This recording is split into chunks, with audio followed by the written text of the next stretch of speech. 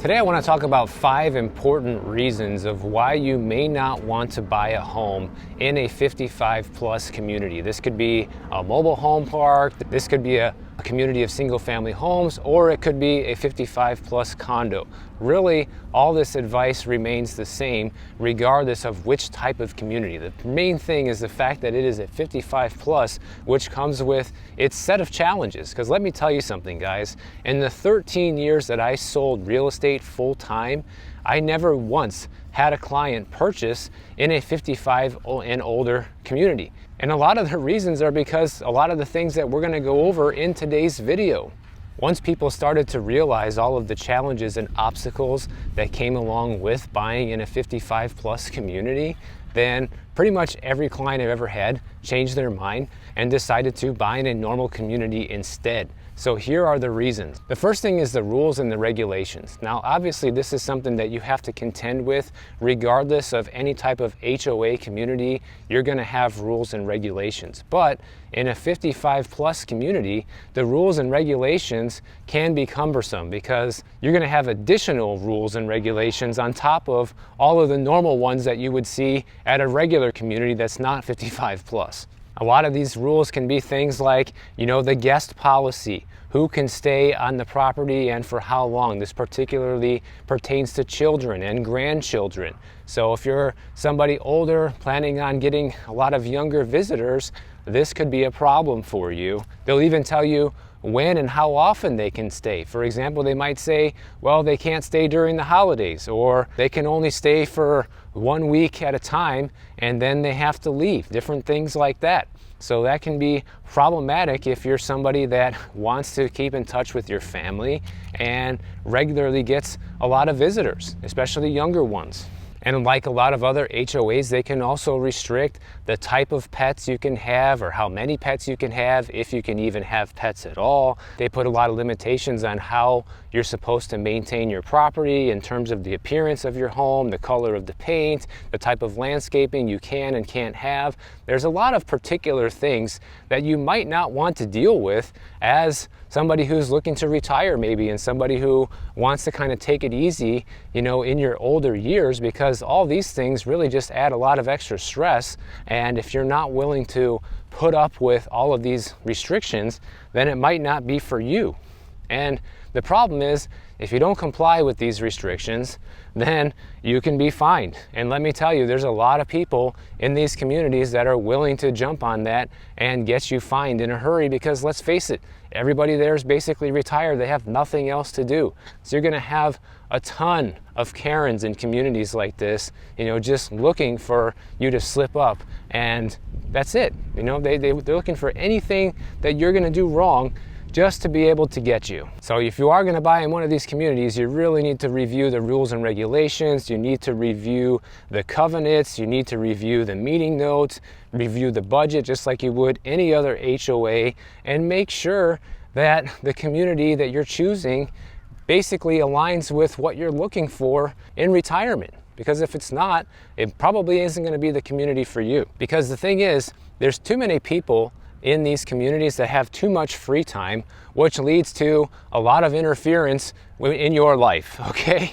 Living around a bunch of these retirees that have plenty of time on their hands can lead to unwanted scrutiny. You're gonna have nosy neighbors, you're gonna have people that like to know everyone's business on the daily, and that can get annoying after a while. And talk about an invasion of privacy, guys. I think this would be the thing I would hate the most about living in a place like this, because even I live in a condo right now, which is a type of HOA community, right? But we have rules and stuff, but they are very loosely enforced. It is not like a prison. You don't have people running around. I don't think there's any condo Karens at my place, believe it or not, actually. A lot of people still work and they don't have time for that. And all the older retired people that I know that live in my building, they could care less. They're out hanging out at the beach every day, playing tennis, playing pickleball, enjoying their retirement, not policing the condo. So in that sense, I'm lucky, but you might not always get that lucky. You need to know this stuff before choosing to move into one of these places. Now, the second reason not to move into a 55 plus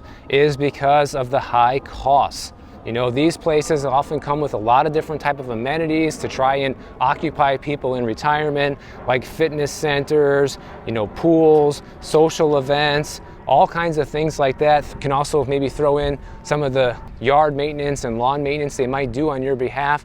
And the fees for these places can add up pretty quickly. And as you get older and as you are unable to take advantage of a lot of these activities or events as much as you could when you first moved in, you might not be getting your return on investment for as long as you would like. You know, it might seem fun and interesting at first to move into a place that has things going on all the time and a bunch of classes and activities, but you know, say for example, that gets old and you get tired of doing it after a couple of years, or you're unable to do it because of some sort of medical problem, then you're still paying for it, is the point. And remember, you're paying for all of these facilities and all of these events and all these things happening regardless of whether or not you use them. And there's this saying that I heard from Rich Dad a long time ago, Robert Kiyosaki, which was a funny saying. It's like, you know, the nicer the brochure, the worse the deal. And you can apply this to any real estate deal, including a 55 plus community, because they're going to try and sell you on all the things they have going on there that looks amazing, right? Wow, we can do all of this. Realize that the more things there are to do, the higher cost is going to be associated with that. And you need to really, you know, be honest with yourself. Are you going to take advantage of all of those things? You know, if you are on a regular basis, then it's probably worth it. But if you're not, and you know yourself and you might get tired of it quickly, then it definitely is not going to be worth it. Now, the third reason not to move into a 55 plus is actually the social dynamics. And there's actually a lot to unpack here with this, because clearly you're living amongst a bunch of other people, and these people are going to be your neighbors. Now, some people thrive on these social situations, right? Having a bunch of people around in your similar age group that are retired to hang out and do things with every day. In fact, this might be a lot of people's number one reason to move to one of these communities, and that's fine, but realize the complications and challenges that it might come along with. Like, for example, people don't change, guys. And if you remember how things were growing up in school, especially high school, you have cliques, right? You have people that form these little groups, and if you're not in, you're out, right? And that can really get old fast, especially as you're getting old. I know I wouldn't want to be dealing with that at all. You're probably going to have a gender and power imbalance in a lot of these communities as well, because as we all age, then typically you're going to have more women in these communities than men, simply because a lot of their husbands passed away and a lot of them don't make it as long as the women do. And that can be great if you're a single guy looking to date, can be horrible if you are an older woman looking to date and you're surrounded by other older women. Another social thing you're going to have to deal with in these communities is a lack of age diversification, okay? You're going to have pretty much all old people there. No offense, you know, I'm not saying everybody who's 55 plus is old, but in general, you're going to have people who are that old and older, right? You're not going to have a whole lot of younger people. You know, that can be a plus or a negative for a lot of people, because one thing that keeps a lot of older people young is being around grandchildren, is being around your younger neighbors that you see them outside doing things all the time. It gives you that little extra oomph. If every day all you see is Morty driving by on the golf cart and Esther on the walker, you know, barely getting by, it's not going to be a very enticing environment to keep you moving exactly. It's one of my favorite spots to come to shoot the videos, but they got it all under construction, guys. This is Morningside Park here in Miami, and all of the beautiful waterfront spots you can't walk past because they have this huge fence spanning the whole park that they're working on. So I'm just walking the interior today. And also, let's face it, if you're surrounded by a bunch of old neighbors, a lot of them can be old grumpy neighbors, right? There was a recent survey of people who live in 55 plus communities, and they revealed that nearly half of the people who live in these communities dislikes at least one of their neighbors. And another thing that you have to think about, I guess, if this is like important to you, is the political situation. Like, the biggest example of this is the Villages here in Florida, right? The Villages is known to be, you know, Trump territory, right? Everybody in the Villages, for the most part, loves Trump. And if you're somebody who doesn't love Trump and you move in, you might find life to be a little more difficult for you. Not saying that you have to be a Republican or you have to love Trump yourself, but you can't let those things get in the way of friendships and your social activities if you want to live a normal lifestyle if you're on the other side of the aisle, guys. Because to me personally, it wouldn't be worth, bickering and arguing over this stuff, especially as you get older. But people are like that, and some people just can't stand, knowing that all their neighbors voted this way and you didn't, and you don't have the same political beliefs, and that might be a reason not to move into a certain community. So maybe pay attention to the flags you see flying around and stuff on people's homes and their golf carts to get an idea of what people are like there and see if that fits with what you're looking for or not. Now, the fourth reason not to buy in a 55 plus has a lot to do with the real estate itself, okay? And about 10% of American seniors right now live in a 55 plus community. But just like any other development, you can buy in one that is old, and if a new one crops up not too far from your old one, that can actually cause the value of that place to come down because everybody's going to be attracted to the new place, not the old one. And the prices at 55 plus communities are a double-edged sword, because when you're looking around for a property in one of these communities, you'll probably quickly realize that the prices are significantly lower than they are in communities that are not 55 plus. And the main reason for that is, of course, because the buying pool for people who can own one of these places is limited. And yes, I'm aware that you have 55 plus communities where maybe only one of the buyers needs to be 55 and older and the other one can be 18 years old, and you can still have some young people living amongst you or have younger neighbors due to those sort of things. But in general, you're going to have mostly 55 and older people because that's the demographic that these places appeal to. So it might be nice that in the beginning when you go to buy one of these properties that the price is low, but also realize that when it comes time to sell, that for the same reasons it was low for you when you bought in, it's also going to be low when you go to sell. So you have to know that going into the transaction, that you're not going to see the same level of appreciation as you would in a normal community. And another thing to consider when it comes to the value of the real estate itself is, one thing I have noticed is that in 55 plus communities, oftentimes you have a lot of people living on a fixed income, right? So whether we're talking about an HOA community or a 55 plus condo, that can be problematic, especially when it comes to the repairs and costs associated with keeping a building in good standing or keeping the neighborhood looking good. Because the costs, as we know, for anything with real estate are rising substantially right now, and keeping up with those costs can be difficult, if not impossible, for people who live in these communities. And I'd be willing to bet some of the condos here in Florida, for example, that are going to get shut down due to the new reserve laws we have on the books now and how much the expenses are rising, a lot of them are probably going to be 55 and older condos, guys, because most of the people living in these places cannot afford these expenses, and it's one of the main reasons they buy into them to begin with, because it's cheap, it's what they can afford, right?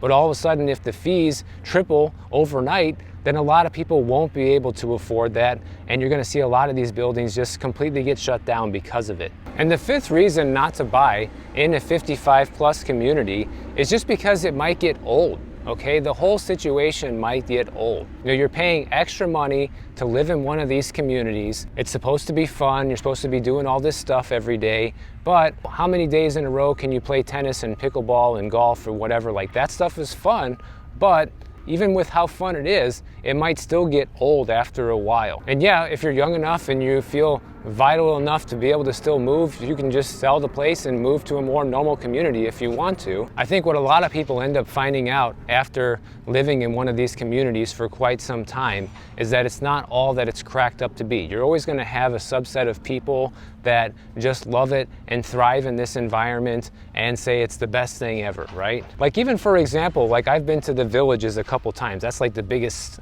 55 plus community that is here in Florida or maybe anywhere, you see people hanging out at the bars and the restaurants and people coming out to the free concerts and stuff.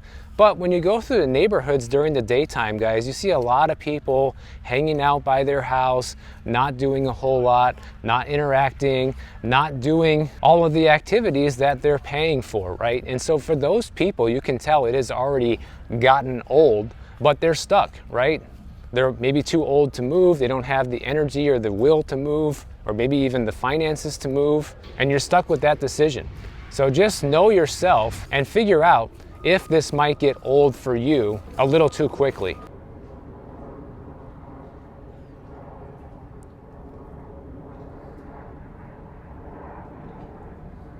And sadly, there's a lot of older people who are being forced out of their homes right now. Specifically, what I'm talking about are continuing care retirement communities. Now, this is different than a 55 plus. I'm not telling you it's the same thing because it isn't. But what this is exactly what I just said. You know, these facilities promise lifetime care in exchange for entrance fees that can range anywhere between 200 grand to over $1 million, depending on the place. But the reason I'm bringing this up now is because these facilities target the same demographic of people, and you have to understand that this might be a problem too. Usually people will enter them when they're relatively healthy, pay that large fee up front, then you can usually choose of several different types of care while you're there. You can have life care, which offers unlimited assisted living and nursing care at no extra expense. You can have modified, that provides a fixed set of services for a defined period, or you can have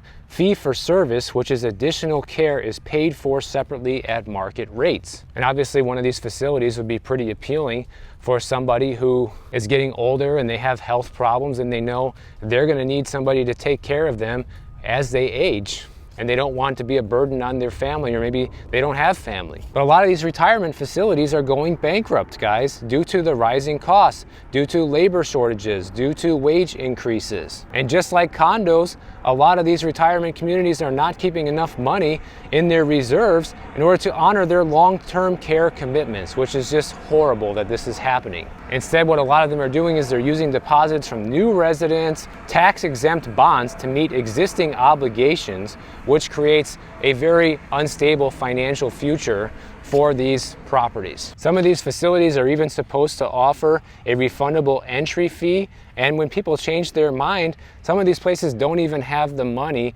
to repay the entry fees because they are so broke right now. So if you're going to be somebody looking at moving into one of these communities, you need to really do your diligence, guys. On top of all the diligence we already talked about, moving into a 55 plus, you have to look at even more things with these retirement communities. You have to look at the cash on hand. You know, you want to see anywhere between 120 to 200 days of operating cash reserves. You want to look for places that have operating revenue that stays within 5 to 10% of expenses. You want to look at occupancy rates. You want occupancy rates above 90%, because consistently low occupancy can signal financial trouble. You want to review how much debt the facility is in.